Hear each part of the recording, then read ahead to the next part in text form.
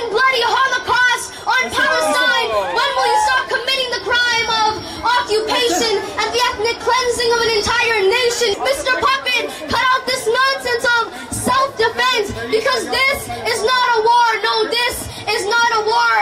It's Nazi-style genocide for sure. Stop lying by saying Judaism and Zionism are the same, because they're not, you see. Ask any rabbi. I'm sure they'll all agree. The Zionist entity is a racist, genocidal state hell-bent on driving Palestinians completely out of Palestine, and that crimes of war have been and are being committed as we speak right now.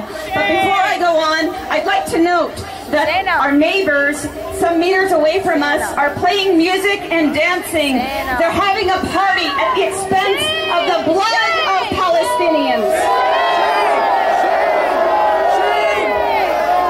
It's almost as if they don't know about the 4-year-old boy whose half of his head was blown off, and his father was desperately holding him in Shifa Hospital saying, "Come back to me, Ibni." But maybe they do, and maybe they're just that sadistic. Because we know in Sderot, they've set up couches and chairs, and they're sitting and watching the 1- and 2-ton bombs and the white phosphorus rain down on Gaza, murder the people of Gaza, and they're loving it because they are sadistic and criminal Zionists. I think we should really take note. The corporate media, their Zionist lackeys, the paid-off media, like to ban me about that word indiscriminate, because resistance rockets are, in most cases, fairly indiscriminate in the way they fly.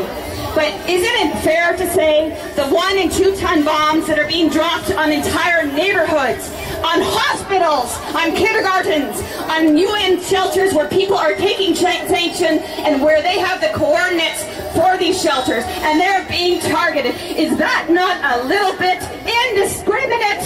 We need to take our energies and support all forms of resistance. All forms are legitimate. And we have to remember that. People who are trapped in 360 square kilometers, who have been deprived since the last 8 years of all basic necessities of life, whose water is 95% undrinkable, whose sewage runs in the streets, whose farmers and fishers are gunned down as if they are not human. These people are suffering, and they have every damn right to resist by their means. We have to make that legitimate. We have to legitimize that in our media and in our parlance, because right now it's not being legitimized and it is enshrined in international law.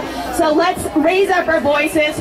Resistance is existence! Resistance is existence! Resistance is existence! Show it to our fellow Canadians who may be swayed by this negative, nasty propaganda from this gutter media in this country, who spread lies, who support violence against innocent people, who try to justify massacres against innocent people, that we tell them that we know the truth.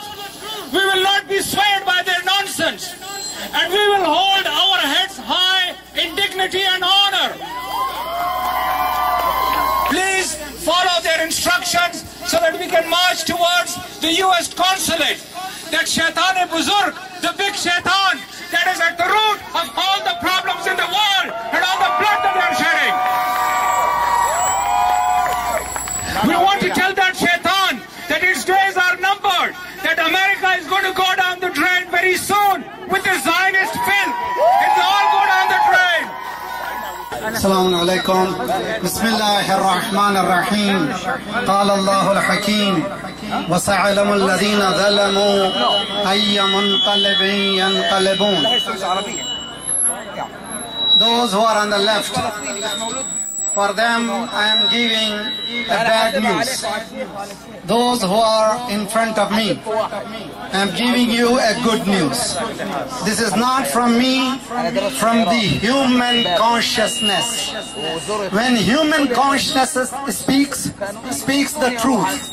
Why South African apartheid has to dismantle? Because it was inhuman. Likewise, Yehudi, these Israelis, Zionism has to be dismantled because they are inhuman. Why this side here. Muslims are here. Jews are here. All communities are here. They are the people that think they are the chosen people. No, we are the chosen people because we speak cautious. Let me say one thing to Gaza and all together with me.